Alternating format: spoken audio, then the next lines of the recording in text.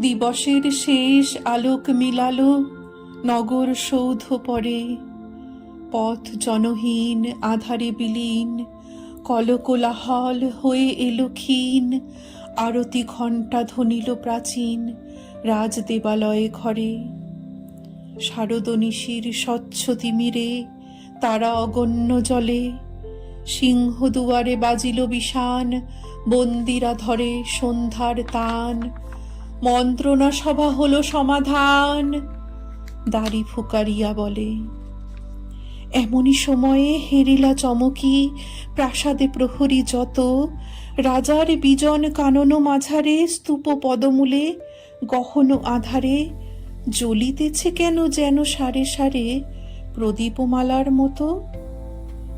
মুক্ত কৃপানে পুররক্ষক তখনই ছুটিয়া আসি, শুধালো, কি তুই ওরে দুর্মতি, মরিবার তরে করিস আরতি?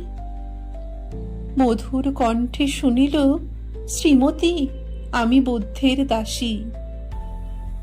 সেদিন শুভ্র পাষাণ ফলকে পড়িল রক্ত লিখা, সেদিন শারদ স্বচ্ছ নিশীথে প্রাসাদ কাননে নীরবে নিভৃতে স্তূপ পদমূলে নিবিল চকিতে শেষ আরতির শিখা।